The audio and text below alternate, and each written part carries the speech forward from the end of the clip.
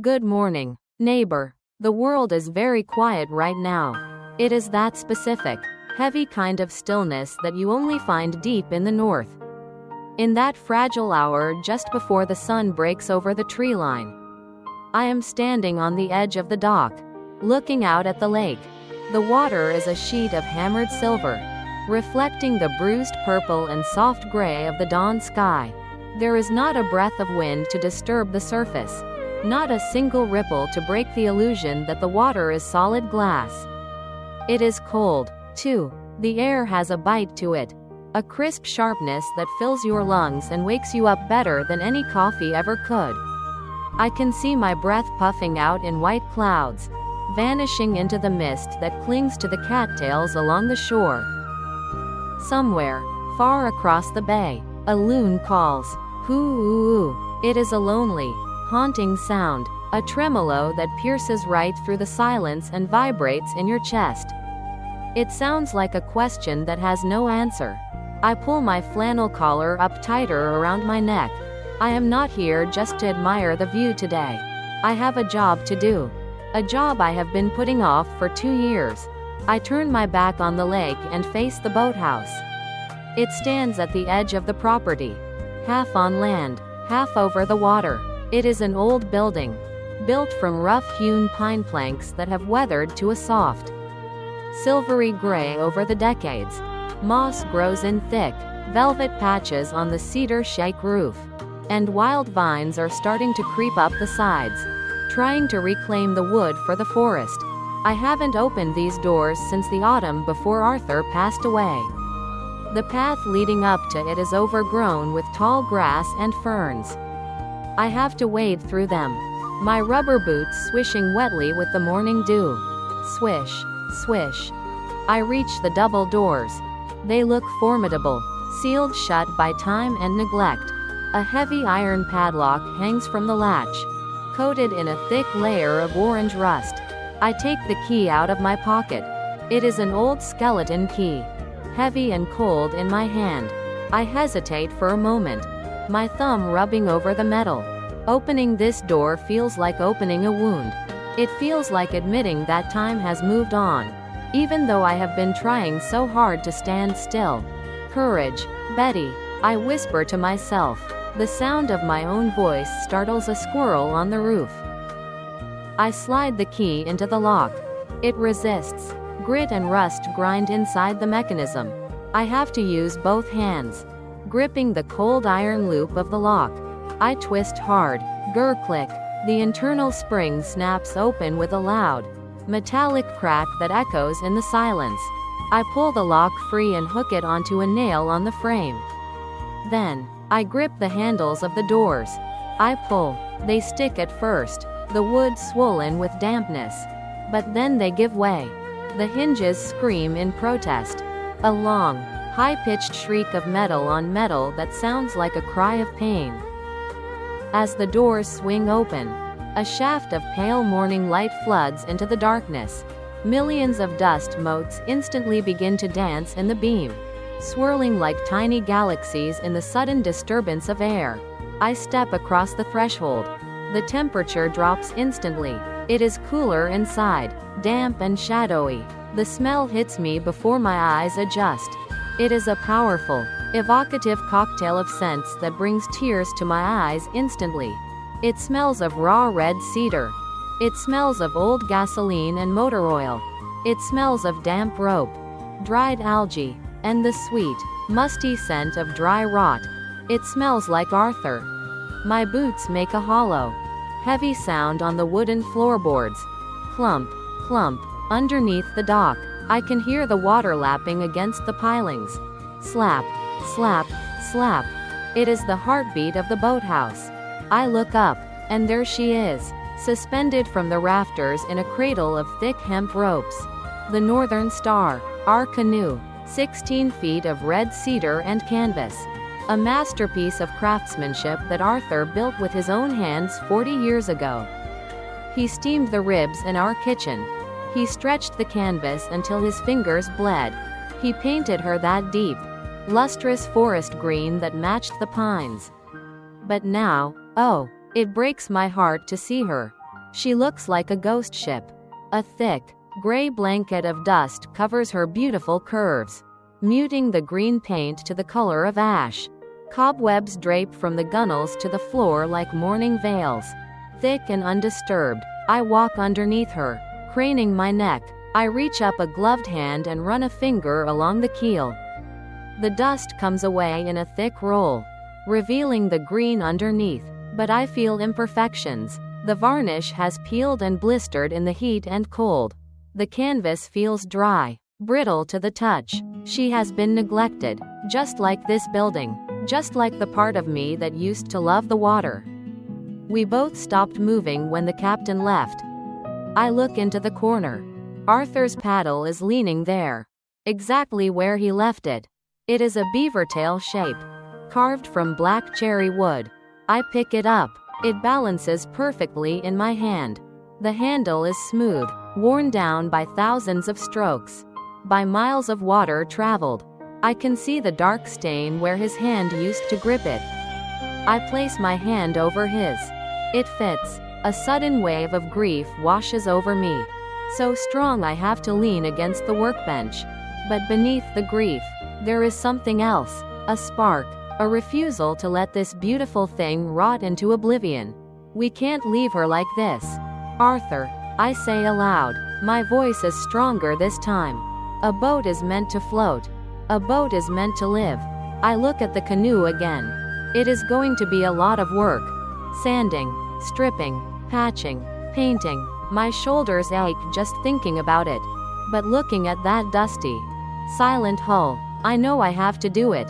I have to bring her back to the water. The first step is always the hardest.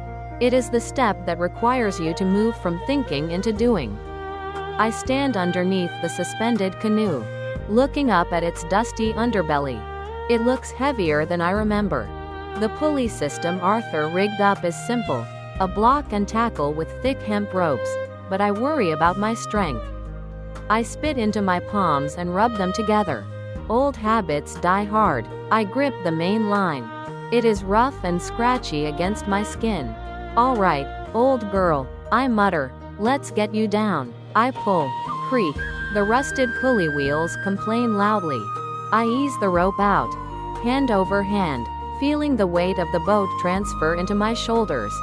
Slowly, inch by inch, the Northern Star descends from the rafters. She sways gently in the air.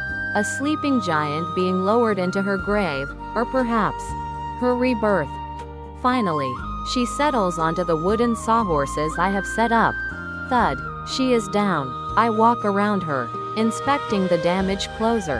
At eye level, the neglect is even more apparent.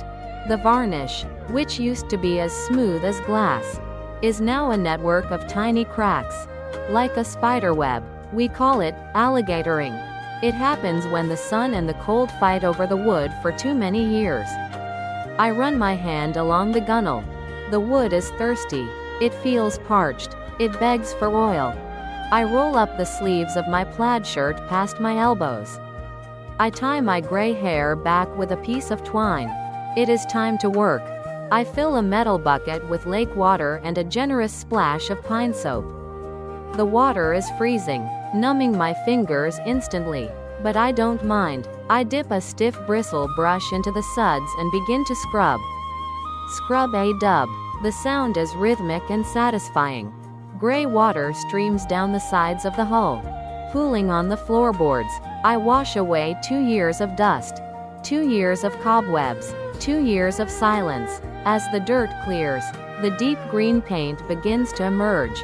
It is dull, yes, but the color is still there. It is like washing the face of an old friend you haven't seen in a long time. There you are, I whisper. Once she is clean and dry, the real work begins. The sanding. This is the part most people hate. It is tedious. It is messy. It makes your arms ache and your nose itch. But Arthur always loved it. He said it was meditation. I take a block of wood and wrap a sheet of 80 grit sandpaper around it. I start at the bow. Scritch, scratch. Scritch, scratch.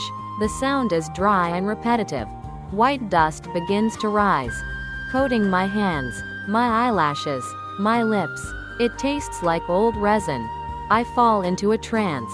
My arm moves back and forth, a pendulum of restoration. I am sanding away the old varnish. I am sanding away the yellowed, cracked layers that are clouding the beauty of the wood. It makes me think, neighbor, we are a lot like this canoe.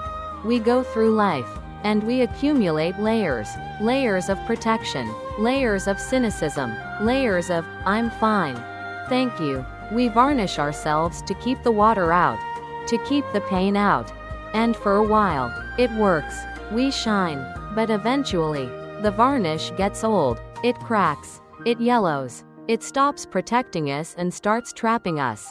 It hides who we really are underneath. And the only way to fix it is to take the sandpaper to it. To strip it all down.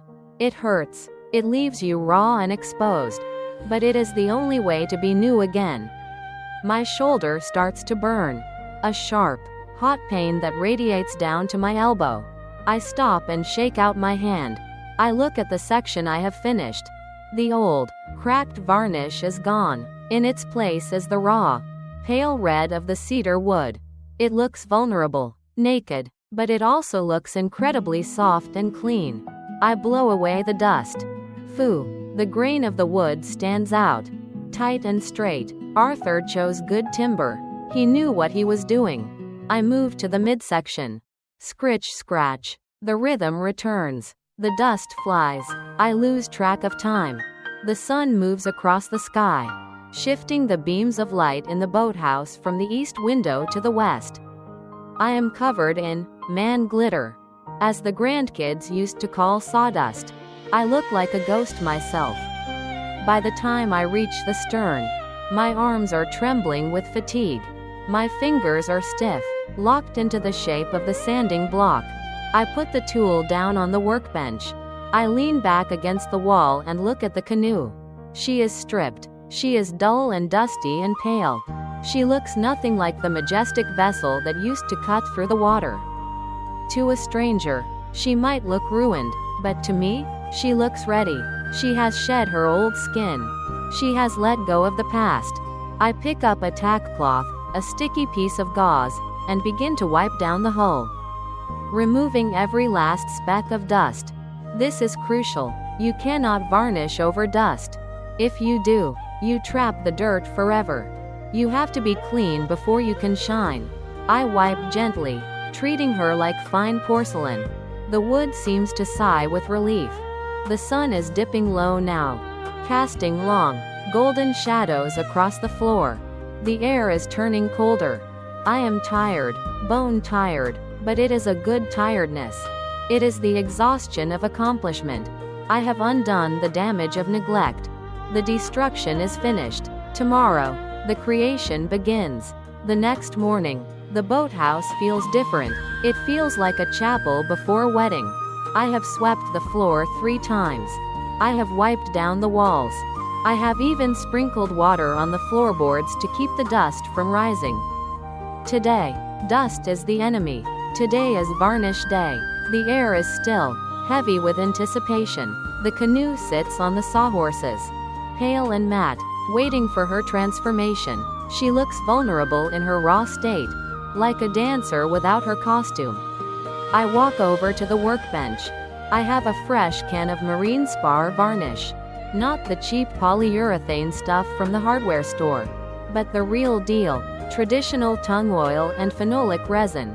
It costs a fortune, but Arthur always said, you never skimp on the finish. Betty, the finish is the armor. I take a flathead screwdriver and pry around the lid. Pop, pop, pop. The lid comes loose. I lift it off, and the smell fills the small space instantly. It is a sharp, pungent, chemical smell, turpentine and resin, but to me, it smells like perfume. It smells like summer. It smells like promise. I take a clean wooden stick and begin to stir. Gently, very gently. You never shake varnish. Shaking creates bubbles, and bubbles are a disaster. You have to fold it, like folding blueberries into a cake batter. The liquid is the color of amber, thick like honey. I watch it swirl, golden and rich. I dip my brush in. It is a high-quality badger hairbrush, soft as silk. I hold it over the can for a moment, letting the excess drip off. Drip, drip. I step up to the canoe. I take a deep breath and hold it. The first stroke is always the most terrifying. What if I mess it up? What if I leave a run? But then, Arthur's voice whispers in my ear, just keep a wet edge. Betty, don't overthink it. I lay the brush against the raw cedar at the bow. I pull it back in a long, smooth stroke. Magic, absolute magic. Where the brush passes, the dull, pale wood instantly ignites. The grain pops out in three-dimensional high definition. The reds become deep crimson. The yellows turn to gold. The knots in the wood become dark, mysterious eyes. It is like turning on a light in a dark room. The wood is drinking the oil, thanking me for it. I fall into the rhythm. Dip, touch, pull, feather, dip, touch, pull, feather. It is a meditation. The world narrows down to the 6 inches in front of my brush. I am not thinking about my aching back. I am not thinking about the empty chair at the breakfast table. I am only thinking about the flow. The varnish levels out, forming a surface as smooth as glass.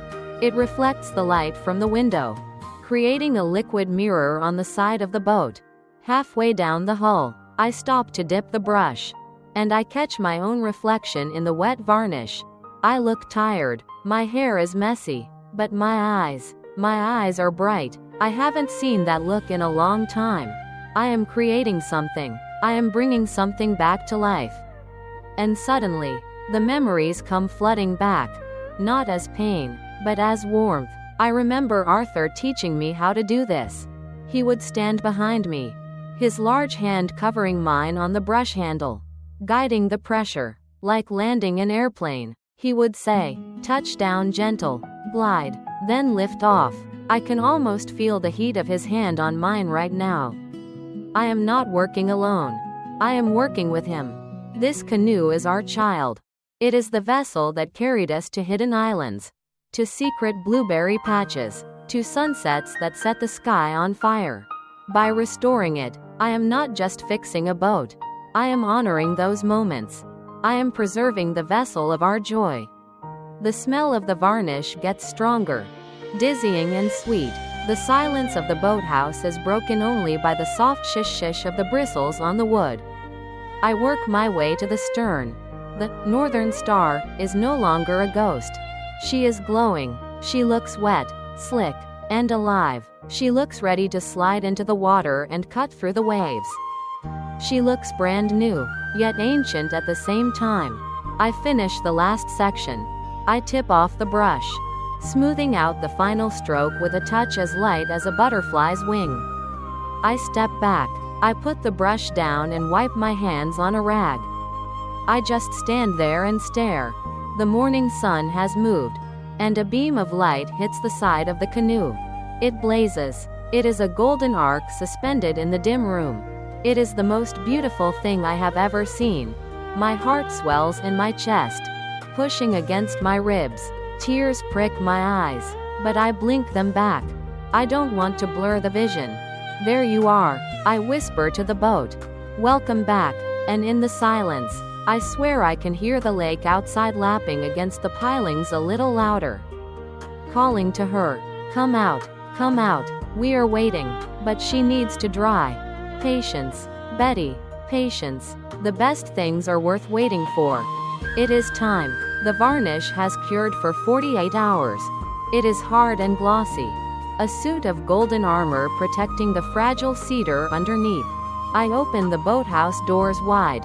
The lake is waiting. It is early evening, the golden hour, as photographers call it, when the light turns soft and warm, painting the spruce trees in shades of bronze and deep emerald. The water is calm, a perfect mirror reflecting the sky. Moving the canoe alone is a challenge. It weighs 60 pounds. In the old days, Arthur would take the bow and I would take the stern, and we would carry her together. Today, I have to be smarter. I use the dolly wheels Arthur built years ago. I strap them under the hull. Click, click. I lift the bow and pull. She rolls forward smoothly, the rubber tires rumbling softly on the wooden dock. Rumble, rumble. We move out into the open air. The green paint, now clean and vibrant, sparkles in the sunlight. She looks eager. She looks like she belongs here, not hidden away in the dark. I reach the edge of the ramp. This is the moment of truth. I untie the dolly. I grip the gunnels. I slide her forward. The cedar hull kisses the water. Shesh splosh. A gentle sound. A welcoming sound. She slides in effortlessly, floating high and proud on the surface. I watch anxiously for a moment. Are there leaks? Did I miss a crack? I hold my breath. No bubbles. No seeping water. She is tight. She is solid. A sigh of relief escapes my lips, so loud it almost sounds like a sob. I fetch the paddle, the black cherry beaver tail that holds the memory of Arthur's hand.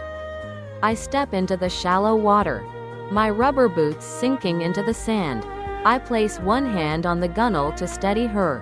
She rocks gently, acknowledging my touch. I step in, left foot, right foot, center of gravity low. I kneel on the pad in the stern. The canoe wobbles for a split second, then finds its balance.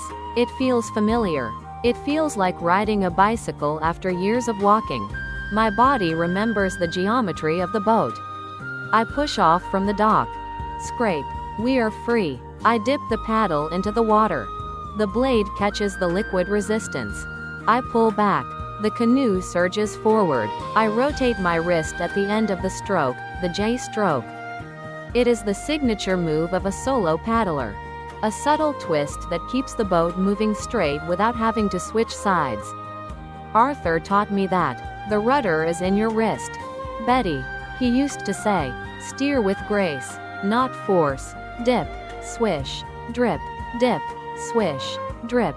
The rhythm takes over. The silence of the lake is broken only by the musical sound of the water parting around the bow. We glide past the reeds, past the old swimming rock, out toward the open water. The air is cool on my face, smelling of pine resin and deep water. I look at the empty seat in the bow. For 2 years, I couldn't bear to look at it. I thought it represented emptiness. I thought it represented what I had lost. But tonight, as I paddle, I see it differently. The bow is rising slightly, cutting through the reflections of the clouds. It is leading the way. The empty seat isn't a void, it's a space for the view. It's a space for the future. I realize that I am not just a passenger anymore. I am the captain. I am the engine. I am the rudder. It is a heavy responsibility. Yes, my arms are burning slightly with the effort. But it is also a powerful feeling. I am moving under my own steam. I am navigating my own course.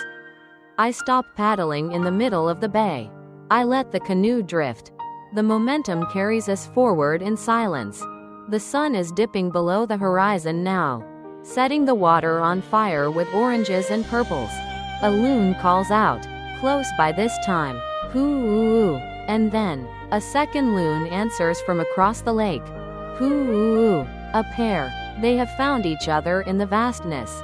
I rest the paddle across my knees. I close my eyes and breathe in the cold, clean air. I feel Arthur here, in the boat with me. Not as a ghost haunting the empty seat, but as the strength in the hull, the varnish on the wood, the knowledge in my wrist. He isn't gone. He is built into the very vessel that carries me. We are okay, neighbor. The canoe is restored, and so am I. We have stripped away the old, cracked layers of grief. We have sanded down the rough edges of loneliness. We have applied a new coat of resilience. And now, we are floating. I turn the canoe around, the paddle slicing a wide arc in the water. It is time to go home. The boathouse door is open, waiting for us. But tomorrow morning, we will be out here again. Because a boat is meant to float. And life is meant to be lived.